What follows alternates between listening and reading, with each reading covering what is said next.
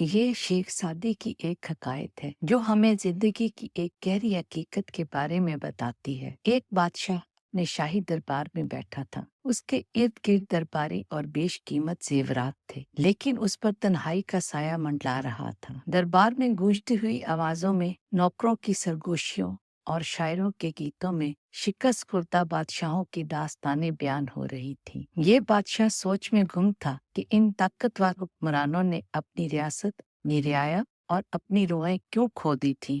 بادشاہ کے ایک دانشمند وزیر نے اپنی بادشاہ کی آنکھوں میں یہ سوال دیکھا۔ اس نے بادشاہ سے کہا، حضور، ایک سلطنت سونے یا فوجوں پر نہیں بلکہ اس کی رعایا کے دلوں پر قائم ہوتی ہے۔ ایک بادشاہ جو اپنے لوگوں پر ظلم کرتا ہے وہ ایک ایسے شخص کی طرح ہے جو اپنے ہی جسم کے اعضاء کاٹتا ہے۔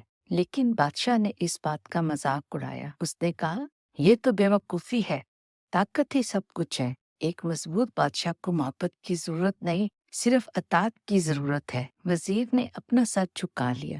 اس کی آنکھوں میں اداسی کی ایک جھلک تھی۔ اس نے کہا، پھر حضور، آپ بھی اپنے سے پہلے والے بادشاہوں کی طرح تباہی سے دوچار ہوں گے۔ اس پیشین گوئی سے غصے میں آ کر بادشاہ نے وزیر کو جلا وطن کر دیا۔ اس کا غرور سچائی کو قبول کرنے سے انکار کر رہا تھا، لیکن وزیر کے الفاظ اس کے ذہن میں گھومتے رہے۔ ایک شک اس کے ذہن کے کسی گوشے میں بیٹھ گیا۔ جیسے جیسے دن ہفتوں میں بدلتے گئے، عدم اطمینان کی سرگوشیاں تیز ہوتی گئیں۔ عوام بادشاہ کی بے رحمی سے تنگ بغاوت کرنے لگے۔ بادشاہ کے سپاہی جو کبھی وفادار تھے اب ہچکچاتے تھے۔ ان کے دلوں میں لڑنے کی خواہش نہیں رہی تھی۔ آخرکار بادشاہ نے خود کو اکیلا پایا۔ اس کا تاج اس کے سر پر بھاری تھا، اس کی سلطنت اس کے ارد گرد ٹوٹ رہی تھی۔ اسے بہت دیر سے وزیر کی باتوں کی سچائی کا احساس ہوا۔ تاج جتنا بھاری ہو، سر اتنا ہی ہلکا ہوتا ہے۔ ایک بادشاہ جو اپنی برادری اور اپنی رعایا کے لیے اپنی ذمہ داری کا بوجھ بھول جاتا ہے وہ بادشاہ نہیں رہتا۔